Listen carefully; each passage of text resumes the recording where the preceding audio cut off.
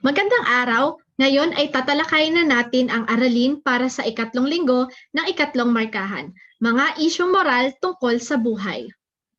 So tuklasin natin. Tayo bilang tao ay natatangi at naiiba sa ibang mga nilalang na may buhay. Pinagkalooban tayo ng isip, ng kilos-loob, ng puso, ng kamay at katawan. Dahil sa mga ito, tayo ay inaasahan na makabubuo ng isang mabuti at matalinong pasya sa kabila ng iba't ibang issue sa ating lipunan. Isama na rin dito ang ibinigay sa atin na konsensya at kalayaan. Ngayon, talakayin natin ano nga ba ang issue? Isang mahalagang katanungan na kinapalolooban ng dalawa o higit pang mga panig o posisyon na magkakasalungat at nangangailangan ng mapanuring pag-aaral upang malutas. So ang issue ay nararanasan natin sa ating pang-araw-araw.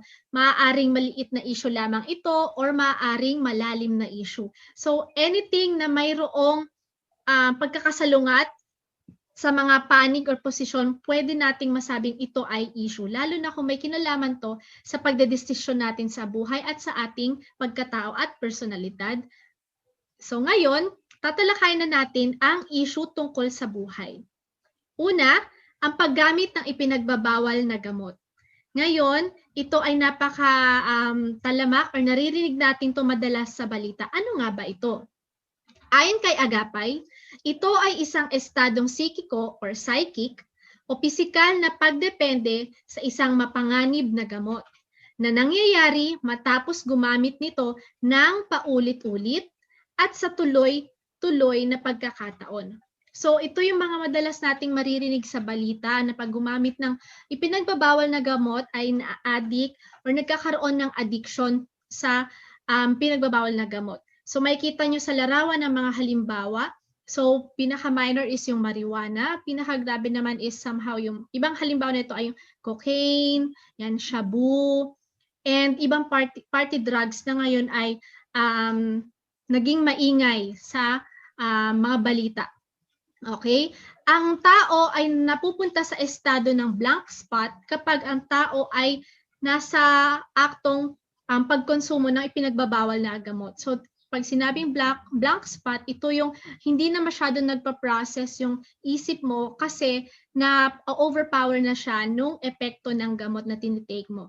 And kapag paulit-ulit mong itong ginagawa, nagiging reliant yung katawan natin sa pinagbabawal na gamot na kung saan yung mga addict or mga addicted sa drugs, kapag pinili nilang itigil ito, hindi agad-agad ganun kadali. Kasi nagkakaroon ng tinatawag na withdrawal ang katawan nila na kung saan hinahanap na mismo ng katawan nila yung nakasanayang intake ng gamot. Again, hindi lang ito sa mga ipinagbabawal na gamot. Pwede nating isama dito yung overuse ng mga medicine na kung saan nire-reseta lang dapat ng mga doktor. So yun, overuse ng drugs or ng medicine, pwede rin ditong maisama. Lalo kung wala ka naman ng sakit para i-take yung gamot na yun. Naging issue siya tungkol sa buhay dahil kapag ang tao ay lulong sa droga, hindi siya nakakapag-isip ng maayos, hindi siya nakakapag-decide ng maayos, at somehow itong paggamit ay pinagbabawal na gamot sa panahon natin ngayon, nagiging cause siya ng iba't ibang krimen sa ating lipunan. Okay? So ngayon, across all ages, may iba-ibang tao na nai-involve dito, both mayaman, mahirap, matanda or bata. Nakikita na natin na across all ages, across yung sa life nila is possible na ma-involve dito sa paggamit ng ipinagbabawal na gamot. Ikalawang issue na may kinalaman sa buhay ay ang alkoholismo.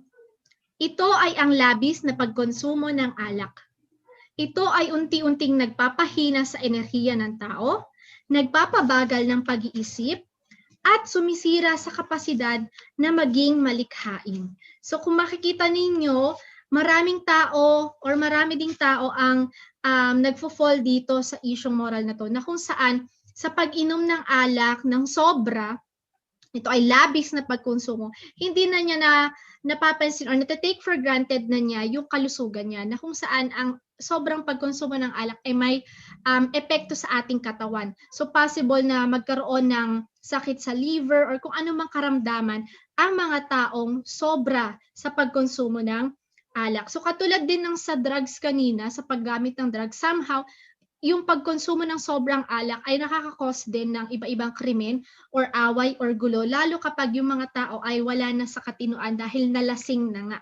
Okay? So may pananagutan na ang mga taong umiinom ng sobra sa kung ano man yung magagawa nila. So minsan nakikita natin na ito ay pinagmumulan ng violence sa family at violence sa lipunan at aksidente mismo. 'Di ba? Katulad nga niya na hindi dapat uminom kapag magmamaneho and minsan nasosobrahan, sobrang kasiyahan, nasosobrahan sa pag-inom na kung saan ang epekto nitong alkoholismo medyo related din or similar sa epekto sa droga, na kung saan kapag pag pinili mong tumigil sa pag-inom, dati gabi-gabi kang umiinom, nagpapakalasing, tapos biglang gusto mo nang tumigil, somehow magkakaroon din ng withdrawal ang katawan mo.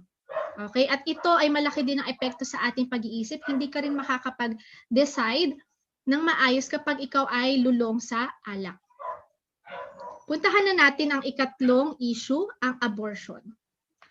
Ito ay isang malawakang or matagal nang pinagdedebatehan regarding sa kung ano bang naidudulot ng abortion.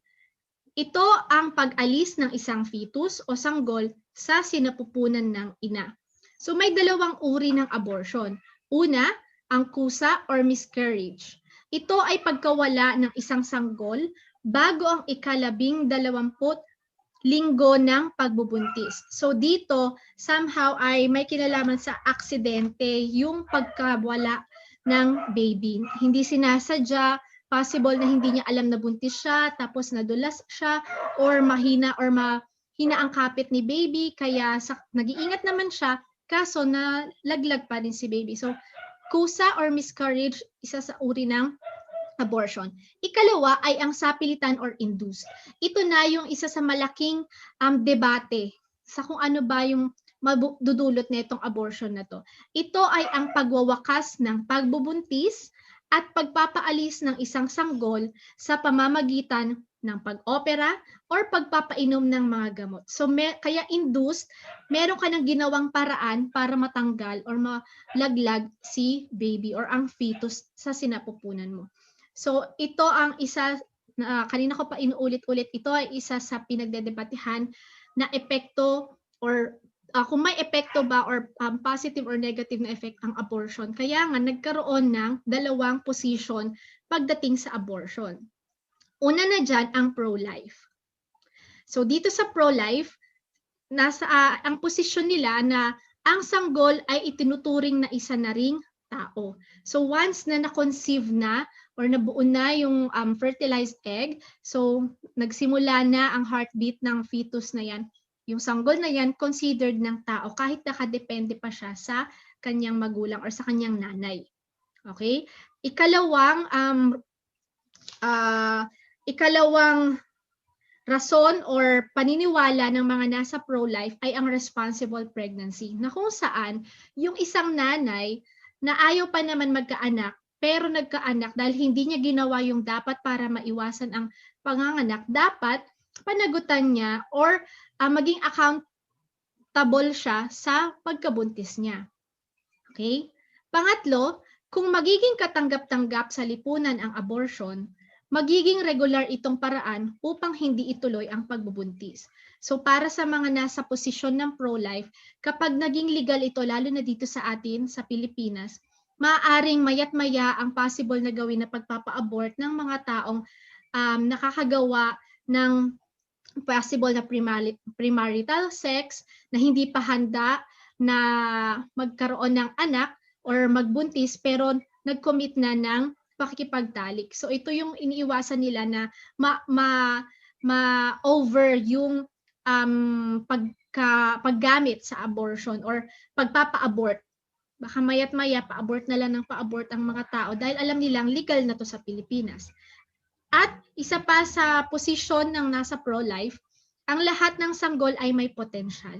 So sinasabi nila na baka mamaya yung bata or yung baby na maipapalaglag ay may maitulong sa lipunan. So kahit hindi pa sila napapanganak, tinitingnan na agad nila ang possibility na may potential lahat ng sanggol na nabubuo. At of course, pinakahuli ay pro-life ay go sila sa procreation na kung saan sinasabi sa Biblia na tayo ay ginawa para magpakarami or para maparami ang ating lahi. So procreation. Okay? Ngayon, puntahan na natin ang pro-choice. So dito sa pro-choice, ang kanilang naging prinsipyo ay tungkol sa family planning na kung saan okay lang sa kanilang abortion kasi may mga pamilya na kailangan paghandaan ang pagkakaroon ng anak sa usapang pinansyal, emotional, at lalo na sa kung ano yung dapat nilang maibigay sa bata. Kaya importante ang family planning para sa pro-choice. Again, na kung saan kung hindi pa handa ang mag-asawa na magkaanak at nabuntis, okay sa kanila ang abortion dahil pinaghahandaan dapat ang pagbubuntis at mas magandang plinano ang pagbubuntis para yung baby maibigay ang dapat para sa kanya. At isa pa na taliwas din sa prinsipyo ng pro-life, ang fetus ay hindi pa maituturing na isang ganap na tao dahil hindi kayang mabuhay ng fetus pag nasa labas siya ng sinapupunan. So sinasabi nila na dependent pa ang fetus sa katawan ng nanay niya. Okay? Sa mga kasong rape or incest, ang sanggol ay maaaring maging tagapagpaalala sa babae ng trauma na kanyang nararanasan. So may mga sitwasyon or may mga pangyayari na hindi naman sinasadya ang pagkabuo ng bata. Nabanggit na nga dito sa rape or incest na hindi ginusto ng isang babae na mabuntis. At kapag dinadala niya ang batang yun or pinagpatuloy niya ang pagdadala sa baby na yun, lagi niyang maaalala yung nangyari sa kanya na traumatic experience ng pangre-rape sa kanya. And possible daw na kapag pinanganak niya ito, possible na maging source yon dahil yung past experience niya, yun ang maging source ng violence sa bata. Pwedeng mapabayaan yung bata dahil nga may galit yung magulang or yung nanay, may galit siya dun sa bata dahil naaalala niya lagi yung nangyaring pangre-rape sa kanya. So nagiging kawawa lang daw ang bata kapag itinuloy pa yung pagbubuntis, lalo na sa mga kaso ng rape or incest. Ika-apat, kulang ang kapasidad ng mga bahay ampunan. So dito sa atin sa Pilipinas may mga bahay ampunan tayo, pero kulang ang capacity or hindi kayang i-accommodate yung mga bata na kung saan iniiwan ng mga magulang or hindi na kayang palakihin.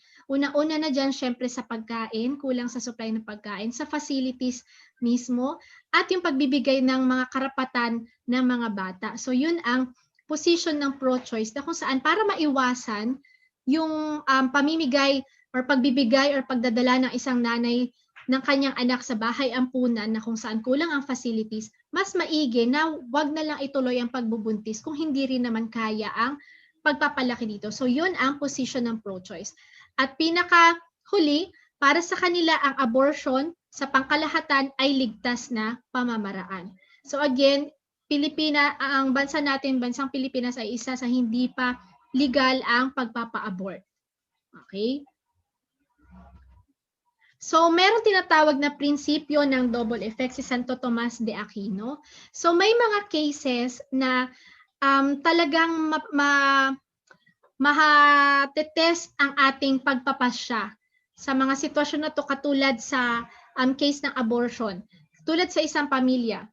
Ang mag-asawa nabuntis ang nanay and then hindi niya alam na meron siyang sakit or merong may sakit siya na kung saan makakaapekto yung pagbubuntis niya.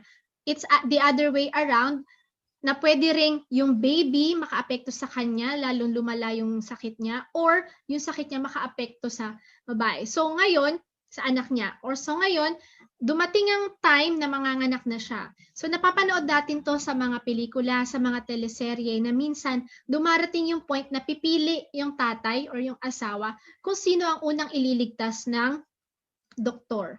Yung nanay ba or yung bata? Isa itong malaking debate at mahirap sagutin kung wala tayo sa posisyon. Kaya itong prinsipyo ng double effect, magiging katanggap-tanggap ang isang decision kung makukuha natin tong apat na to. Ang una, ang layunin ng kilos ay nararapat na mabuti. So dapat yung pipiliin mong decision or action ay mabuti ang layunin. Ikalawa, ang masamang epekto ay hindi dapat direktang nilayon, ngunit bunga lamang ng naunang kilos na may mabuting layunin. So kunyari, pinili nung tatay na iligtas ang nanay. So yung pagligtas niya sa nanay, mabuting layunin yon dahil buhay ang usapan dito. Sa pangalawang prinsipyo na to, may epekto naman ito sa bata, sa baby, kasi posibleng mamatay yung baby kapag yung nanay ang iligtas. Yung pagkamatay at pagkawala ng baby ay hindi naman sinadya, hindi naman naging layunin. Kaya ito ay somehow katanggap-tanggap dahil bunga lamang ito ng pagligtas at pagpili sa nanay na mabuti in nature. Okay? At pangatlo, ang mabuting layunin ay hindi dapat makuha sa pamamagitan ng masamang paraan. So yung layunin kanina na pagligtas sa nanay, hindi dapat siya makuha by any other means, pero dapat good way lang. So yun nga, pagtanggal sa baby para maging safe si mommy or any way medically na. Okay? At pinakahuli, kinakailangan ang pagkakaroon ng mabigat at makatwirang dahilan upang maging katanggap-tanggap ang masamang epekto. So nakita na natin, mabigat na dahilan ang pagkakaroon ng sakit ng nanay, kaya pareho silang naapektuhan ng action na to, na kung saan yung health, pareho silang at risk sa health nila dahil may sakit yung nanay at affected si baby, na kung saan yung pagpili ng tatay magiging katanggap-tanggap dahil hindi naman nila ginusto yung nangyari, hindi naman nila alam na magkakasakit yung nanay, hindi naman nila sinasadya na mawala yung baby for the sake na maligtas yung nanay. But at the end of the day, as much as possible, kung kayang iligtas silang pareho, hopefully yung mga doktor, yun ang gawin. Again, as much as possible para walang buhay na mawala. Ika-apat na isyong moral tungkol sa buhay ay ang pagpapatiwakal. Ito ay isa din timely at marami tayong nababalitaan tungkol sa topic na to or sa isyong moral na to. Ngayon dito sa atin, nagiging talamak na rin ang pagpapatiwakal ng mga Pilipino. Sa ibang bansa, nagiging common na to lalo kapag hindi nila talaga kayang stress. Tayo bilang kinikilalang positive people, somehow marami na rin ang nagiging aware dito or nagiging biktima ng thought ng suicide or pagpapatiwakal. So pagpapatiwakal, ito ay ang sadyang pagkitil ng isang tao sa sariling buhay at naaayon sa sariling kagustuhan. So sila mismo yung nag-decide, and ito yung isa sa reason kung bakit nagde-decide ang isang tao para magpatiwakal. Ang kawalan ng pag-asa or despair. Again, despair or kawalan ng pag-asa, isa sa mga karaniwang dahilan kung bakit may ilang taong pinipiling kitlin ang sarili nilang buhay. Itong despair at kawalan ng pag-asa tumutukoy sa pagkawala ng tiwala sa sarili at kapwa. Gayon din ang pagkawala ng paniniwala na may mas magandang bukas pang darating. Tayong lahat ay may kanya-kanyang dinadaanan or pinagdadaanan. Iba-iba nga lang ang pagtanggap natin sa mga sitwasyon na nangyayari sa atin. Hindi natin pwedeng i-judge ang mga tao sa kung paano nila isolve ang sarili nilang problema.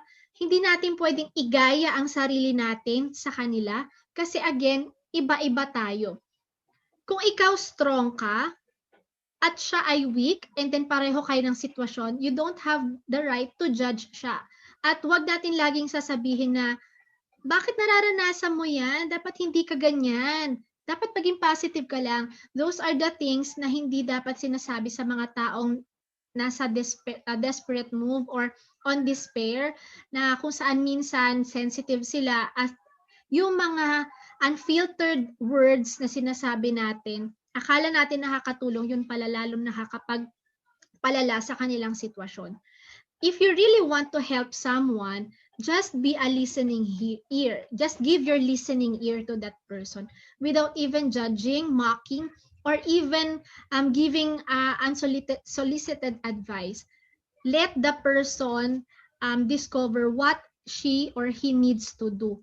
Plus, lagi nyo lang i-encourage na kung yung tao nasa despair or nasa depression, laging i-encourage ang tao na yon na kung saan lumapit sa professional help. Napaka-importante ng professional help sa mga ganitong kaso para makorek or maiwasan ang suicide or pagpapatiwakal. Again, itong topic na to ay napaka-sensitive lalo na sa inyong mga kabataan na kung saan ang emotions ninyo ay overwhelming, hindi nyo pa ganong mag-grasp ang mga pangyayari sa buhay ninyo, lalo na ngayon sa panahon ng pandemic, yung mga dating ginagawa ninyo na limitahan, medyo nakaka-stress sa loob lang ng bahay or kapag may gusto kayong gawin pero hindi pwede.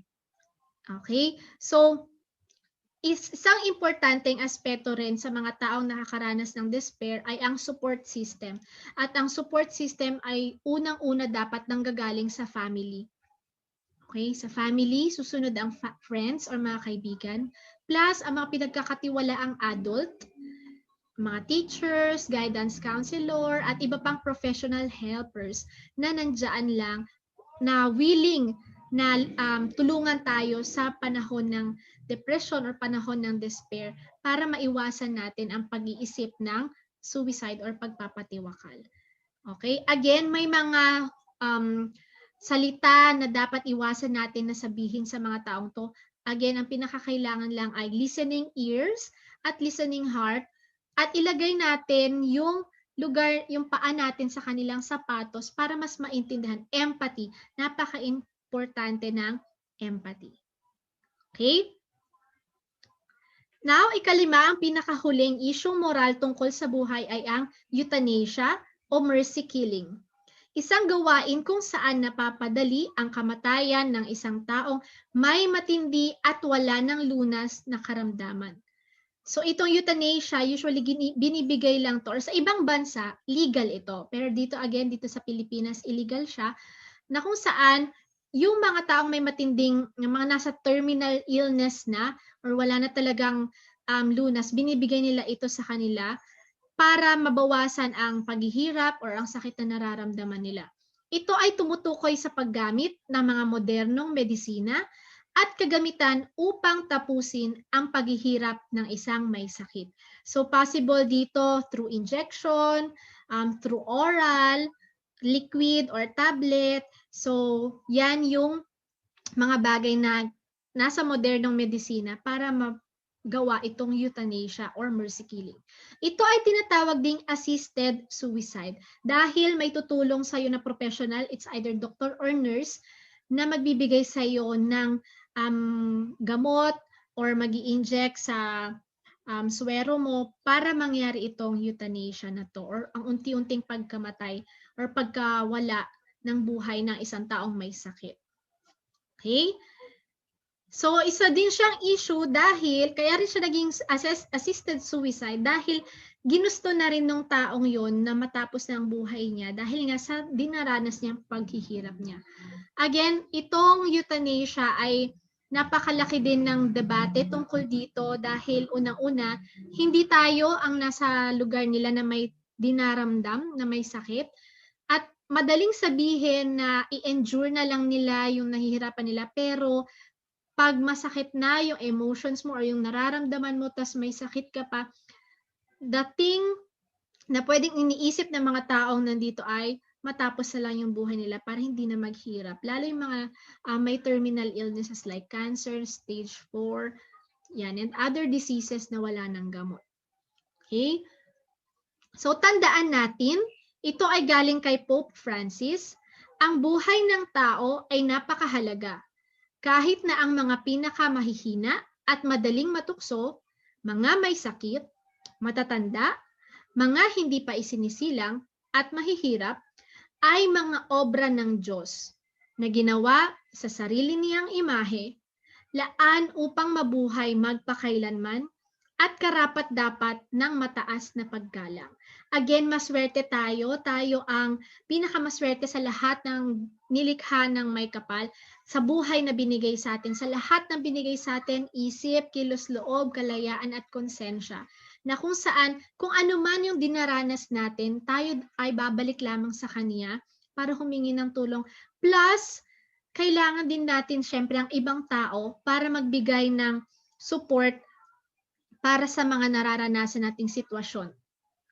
Okay? Tayo ay obra at napakahalaga ng buhay ng tao.